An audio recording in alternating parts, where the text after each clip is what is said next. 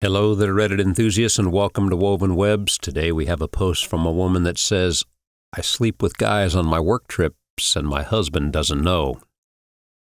Queasy Swimmer 7262 writes in the Cake Eaters subreddit, I have a well-paying job that requires me to travel every now and then.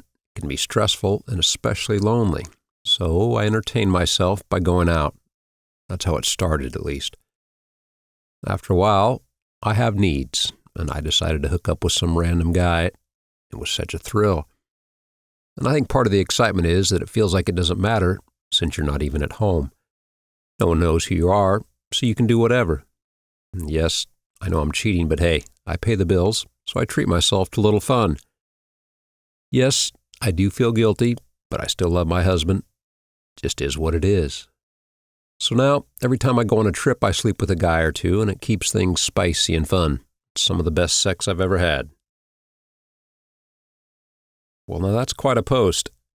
Hildegard Pep writes, I think men have done this kind of thing for years, and it's expected, but when us ladies decide to be sexually open or risky, we can still get shamed for it. Good for you. Tony Tsunami writes, yes, women get shamed more than we do. I suspect many of you are more inclined to fall victim to self-shame than many of us are. And Coco Pods 1 writes, I actually met a woman in Seattle once, same exact deal as you. She's a married professional whose job requires her to travel. We bumped into each other literally walking around the city sightseeing. We got to talking, and it turned out she was there for 3 days for a work trip, and I was there to visit a friend. We hooked up in a hotel and kept in touch. I met her again when eventually her work trips brought her down to my home state of California. It was so hot, no strings attached sex, purely carnal pleasure with no drama. I loved it.